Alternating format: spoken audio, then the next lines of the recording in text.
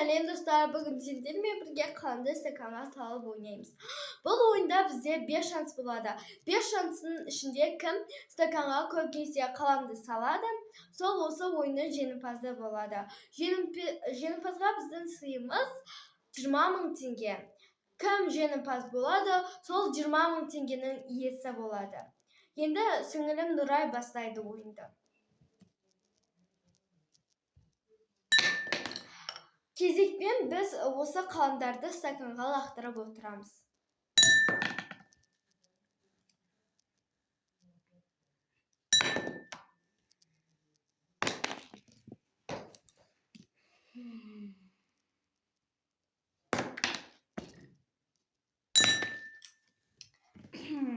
Әлде ешкім лақтыра алмады.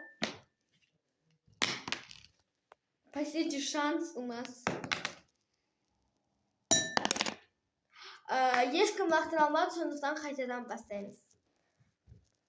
Бізде бұл ойында 5 шанс болған, сондықтан 5-5-те. Міне 3-еу, 4-еу және де 5-еу. Мына кішкене кетіп қалыпты. 1-еу, 2-еу, 2 мына тағы да 3-еу болды. 3-еу және 4-еу және де 5-еу. Кішкене сіңілім ауырып жатыр. Сондықтан шығып кетемін. Нұрай, сен бастай қой. Кішкене жайлап.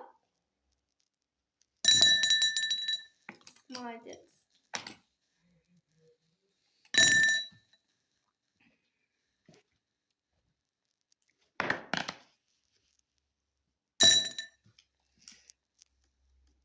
Мен 2 салдым, сіңілім 1 салды.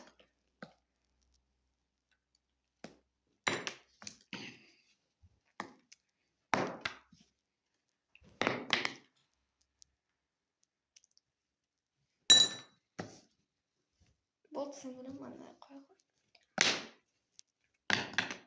Енді, ура! Осы ойынның жеңімпазы мен болдым.